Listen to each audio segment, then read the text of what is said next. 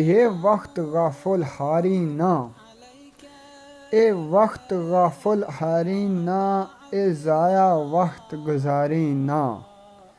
उत्ते फ़ख्र दी पतंग उलावी ना, आखुर छुटना ए संसार, पर लै तौबा अस्तगफार। ए वक्त गनीमत जान मियाँ, मन सारे हुक्म रहमान मियाँ। जो आए विच कुरआन मियाँ, कम आसन ओही आखिरकार, पढ़ लै तौबा अस्तगफार, पढ़ लै तौबा अस्तगफार। ओदी सोनी कुदरत कामल जी, जेड़ा सबां दे नाल शामल जी। ओ नेकी कमांदा आमल जी, रवे झुकदा ओदे विच दरबार, पढ़ लै तौबा अस्तगफार। ओदे सारे कम न्यारे ने, ते लगदे बहुत प्यारे ने।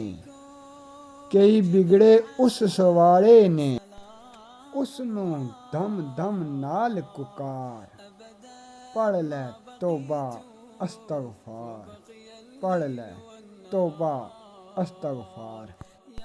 ओ तरदे डोब विखांदा ए, कई डुबदे पकड़ तरांदा ए।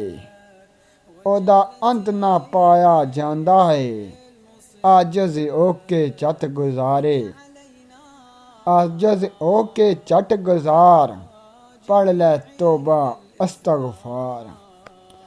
मल बूहा उस दुआरे दा, दो जग दे राज दुलारे दा।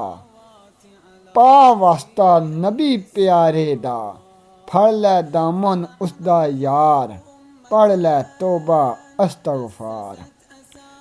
सदा ना फानी दुनिया रहना, आपस विच ना रल मिल बहना। मन लै मनन वाला कहना, अग्गां अपना लै सवार, पढ़ लै तौबा अस्तगफार। छड्डना सब ए कूड़ पसारा, हक दा पुतला बुलन हारा। बेशक हर एक ओ गुनाहगारा, बख्शे समन गुनाह बख्शनहार, बख्शे समन बख्शनहार, पढ़ लै तौबा अस्तगफार, पढ़ लै तौबा अस्तगफार। दोस्तों अज वेला ने यकीन मनो खुदा दी कसम से, उत्थै ना भाई कम्म आने आह्ला ने, ना वालदैन कम्म आने आह्ले ने, ना कोई रिश्तेदार कम्म आने आह्ला ने। यकीन मनो कसम खुदा दी, उत्थै सिर्फ अपने अमाल कम्म आनगे। जेह्ड़े इत्थूं कमाई खड़े वे ओह् अमाल कामयाब होन। जे तुसां चंगे अमाल कीते ते रब बड़ा गफूर रहीम है, ओह् तुसां ने नेक अमालां ना सिला तुसां की अता करसी। जे तुसां इत्थूं गुनाहां दियां गडरियां अपने सिर ते चुक के लैके गए हो, तो उसना भी बदला तुसां की मिल जासी।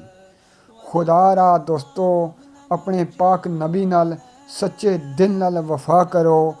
ताजदारे ख़त्मे नबूवत जिंदाबाद जिंदाबाद। आका करीम सल्लल्लाहु अलैहि वसल्लम नाल वफा करो। क्यों भुल गए हो तुसां, क्यों भुल गए हो जेड़ा असी उत्थै वादा करके आए से हाँ। अल्लाह पाक नाल जड़ा असां कोलों बुलाना वादा करके आए से हाँ, क्यों इत्थे आके भुल गए हाँ। खुदा रा दोस्तों अपना वादा वफा करो और अपनी आखरत सुधारो।